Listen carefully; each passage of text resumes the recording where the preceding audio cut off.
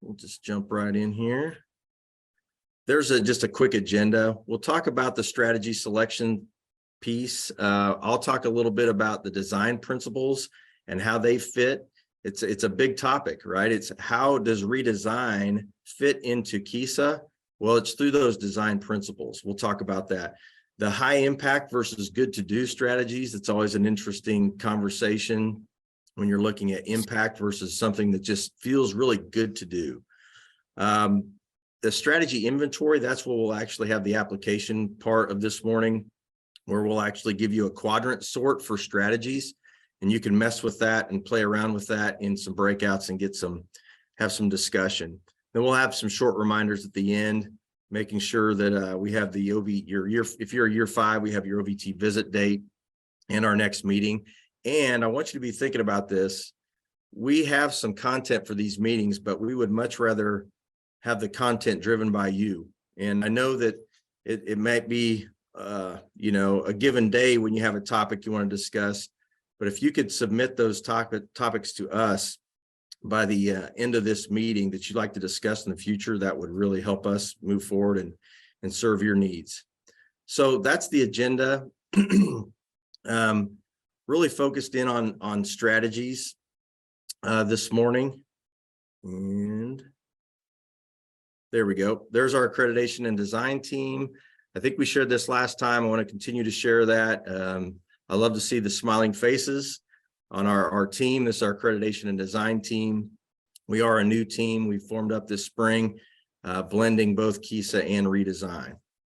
So on the next slide, it talks about our mission, and really it breaks down into 2 things. One of those is accountability. For example, we want to provide the accountability and the support to move systems towards ensuring the success of each student, which is what we all want. But how we do that, excuse me, our mission is really to provide some accountability. We started that this summer. We have some check-ins, summer check-ins with systems that are entering year 5 and working through that with them. But we also want to provide support. A lot of times our support is connecting systems to the supports they need, but these monthly updates are an example of the support we provide. So we really hope that this is something that can help in your system as you move towards the success of each student. So let's briefly go through the accreditation definitions. I know that you've all seen these before. If you haven't been with us, maybe you haven't, but the accreditation definitions, just at a fundamental level, it really breaks down to 3 factors. If you're fully accredited in Kansas, that means you've shown evidence of a quality process and evidence of growth or improvement in student performance, and you're also in compliance with the myriad compliance areas that we have as outlined by the state board. If you're conditionally accredited, one of the 2, either process or growth, there was insufficient evidence.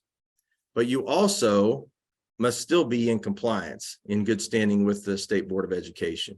And then not accredited would be either you have insufficient evidence in both process and growth, or you are not in compliance or in good standing with the State Board of Education. So those are just some basic accreditation definitions that we continually want to promote, make sure that everybody's on the same page with those. So here are the Kansans Can school. They used to be the redesign principles. If you're a redesign school, you know these well. When we asked systems to redesign, it was around these 4 principles that you redesign around: student success skills, your partnerships with family, business, community, personalizing the learning for each student, and then real world application.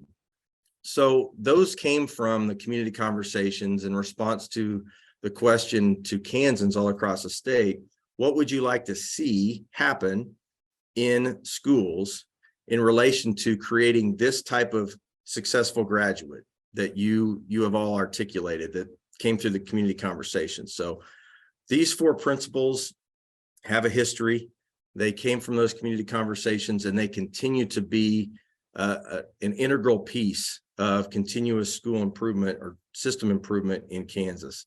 And how they fit into KESA, where redesign was really at the building level, KESA at the system level, they fit through strategies. So that's what we want to focus on today, that when you're putting in strategies, we're implementing strategies, researching those strategies, working so hard in the classroom level to implement those well and to see their impact on students.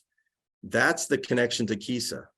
We've said that before that KESA is there's just 4 letters if there's no impact at the classroom level. And so the strategy piece, what we ask is that when you're implementing strategies, that those strategies you have that you've selected, you look for the alignment back to these 4 design principles. And a lot of times it's what you're already doing. I would say that most of our schools across the state are putting in some strategies that relate to these 4 design principles. It's a matter of really selecting those high impact strategies and then making sure that alignment piece is there as you implement.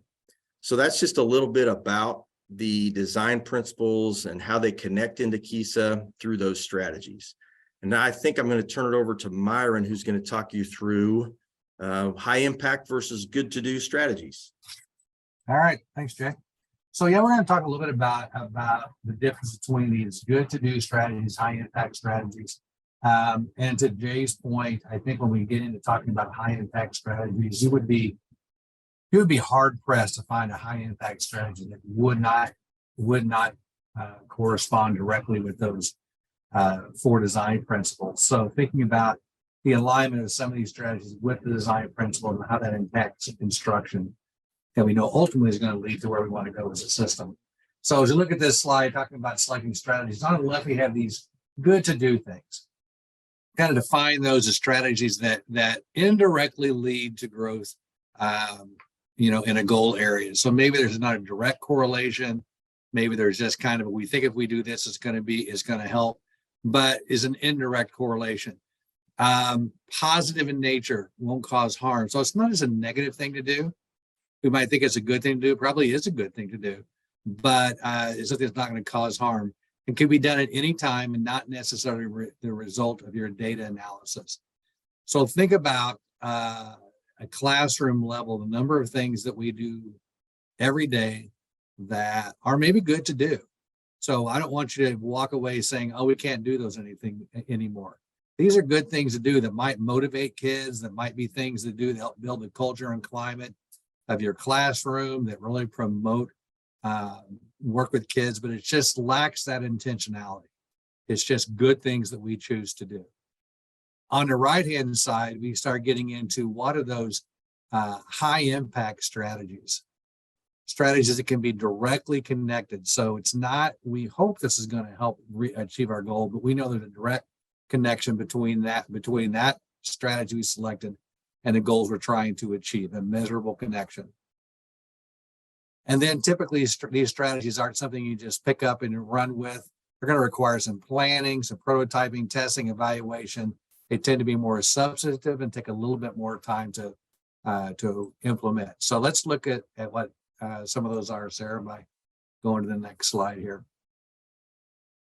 Barometers of influence. This is an interesting way to look at this. This is based on John Hattie's work of how to look at strategies. I'm going to tell you, I am not a statistician, so I start talking about effect size. Don't ask me to define it, but I can tell you by utilizing this tool, you can start to learn what those strategies are that we know really get us to the desired state we want to get to. So as you look at this barometer of influence, you look at the areas in red, and the things that fall into that category are things that actually decrease achievement. There are strategies that we can implement that we know that will have a negative effect.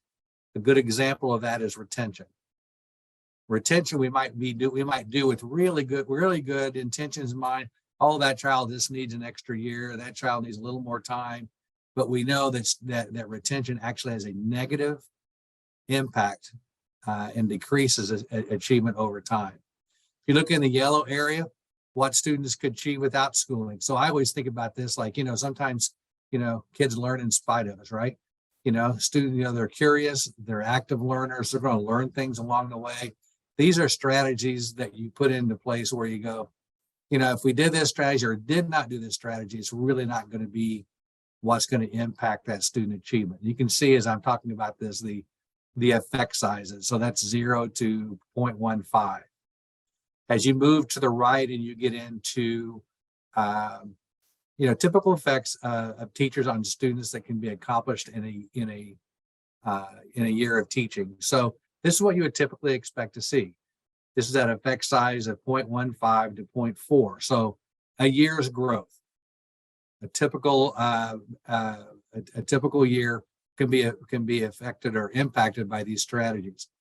And that's okay, that's good, but we really want to get over into the blue where we talked about the zone of desired effects, that greater than 0.4. This is the area where we really start seeing high impact strategies that we know are going to really increase learning for students beyond just that what we have as a typical 1 year effect size.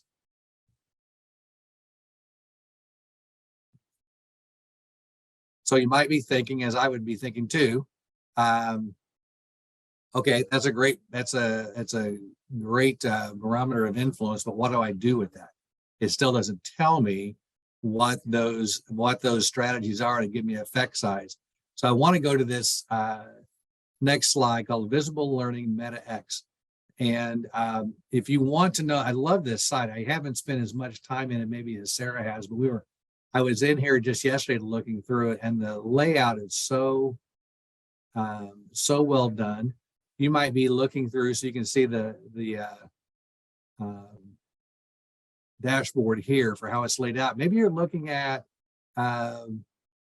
family resources and home and connections to home. What can we do with working with our families that can help, or looking at student resources, curriculum resources. But as you click on, I'm not even sure which one you clicked on here, Sarah. Home. Okay, so we're looking at the home resources. So you might be going, what are those high impact strategies? Those things that that I know we can utilize with our families. And you can see Sarah's looking at that effect size. She's moving across. She moved it over to 0.39. What did we say? 0.4 and above are those really high impact strategies. So she slid that dot there over to 0.4, and you'll see automatically 4 really high impact strategies pop up. As you slide that over a little bit, go down to that bottom, Sarah, and slide over so we can see the last columns. There you go. So as you slide over, you'll actually see some information about the number of students who were involved in this study, the effect size, what that is, 0.52, obviously a very high effect size. So you can start seeing what those things are. And you can do this for instructional strategies. You can do it for curricular strategies. There they are, all this on the bottom, all of those domains, teaching strategies. And each one you can utilize in the same way to really determine what are those high impact strategies, and not just what they are, but what strategies are in there that really tightly align with our goals.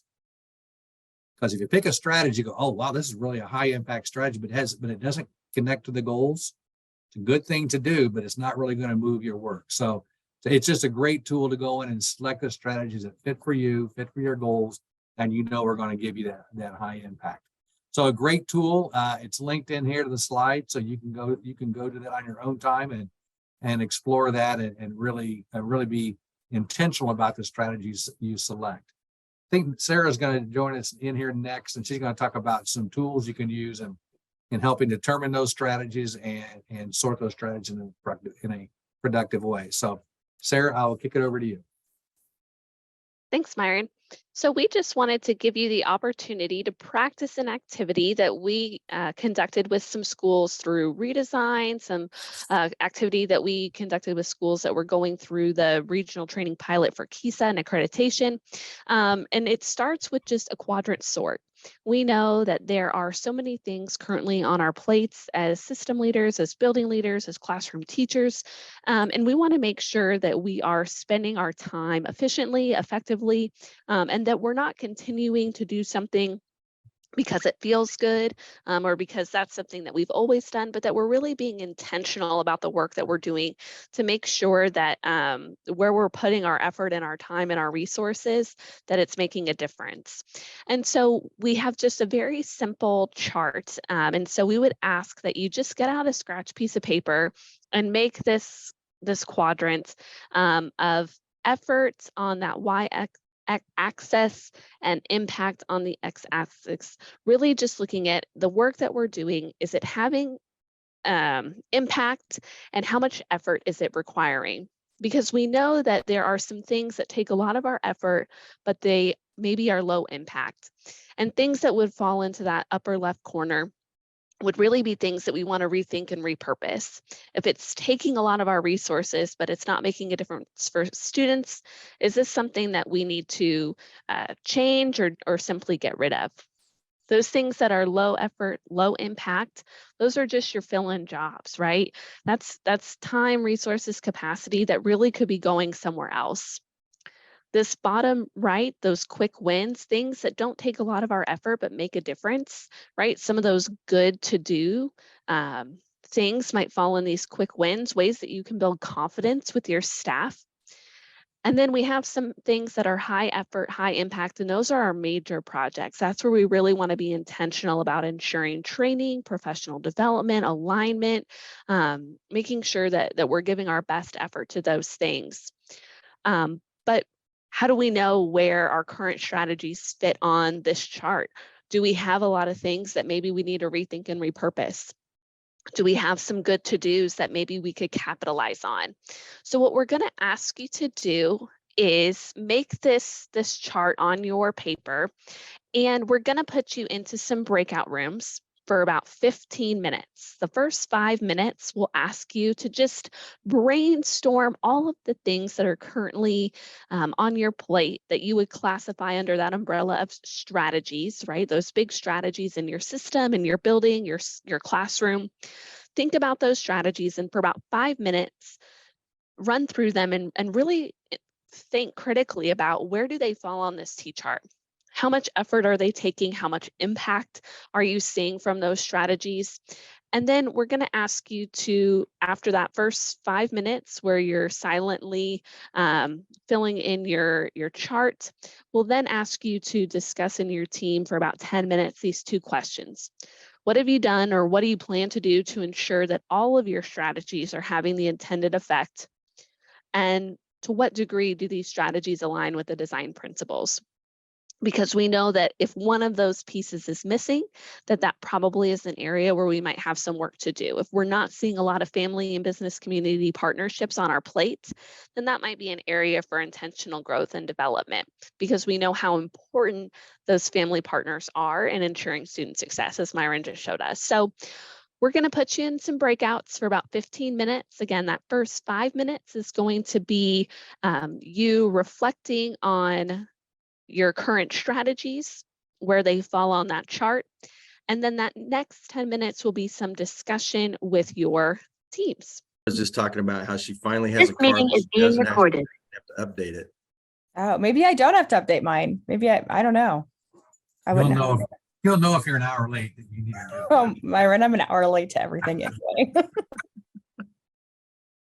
All right. Well, thank you for being back on time from your breakout. Not like you had much of a choice, as it just sends you where it wants in this virtual world. But we wanted to take just a minute or two to capture some share outs, really around that first question. What have you done? What do you plan to do to ensure that the strategies that you're investing so much time and capacity in building, that they're having the intended effect? So we'd love to just capture a couple of things that you heard, maybe something that you shared around how you're ensuring the effectiveness of your work. Well, Sarah, I'll go.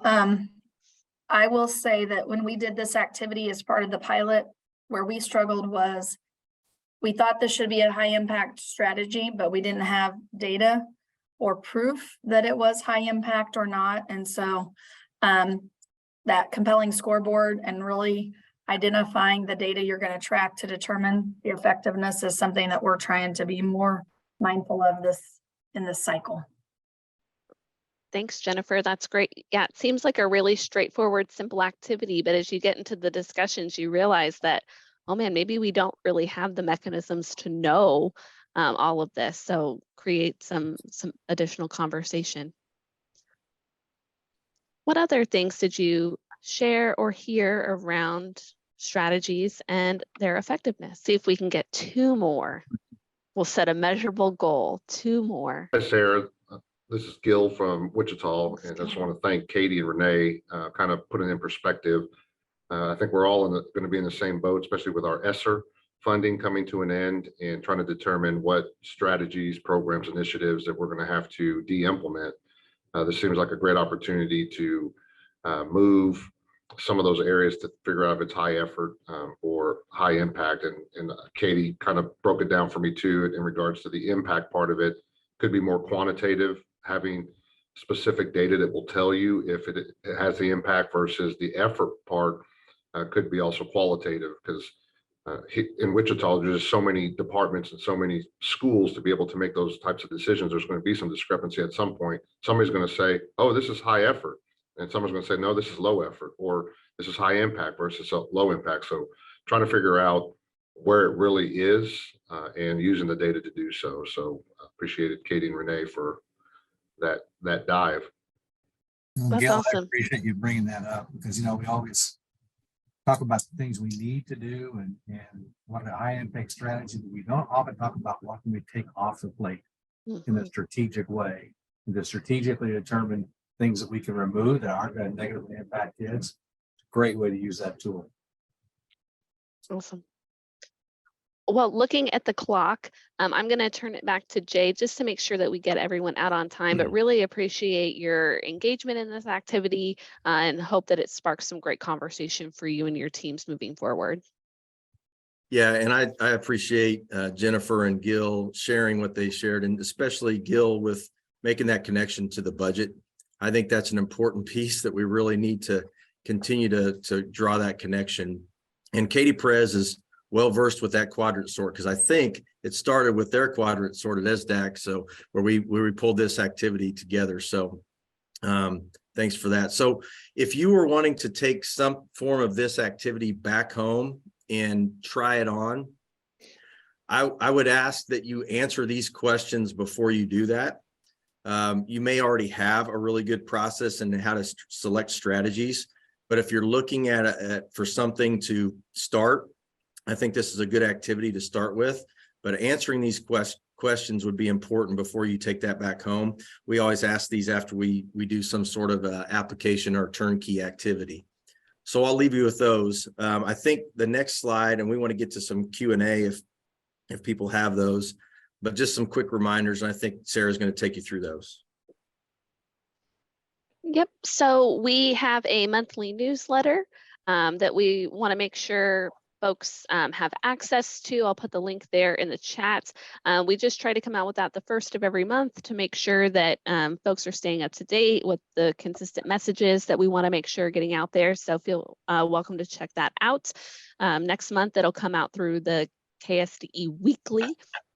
We do have a few positions open for the regional executive. We are hoping to roll out that regional executive model next year. So we have a little bit of information about that in the newsletter, and then you can feel welcome to get in touch with us if you'd like to learn more about those positions. We need to make sure that we know when all of our Year 5 systems are having their OVT on-site visit.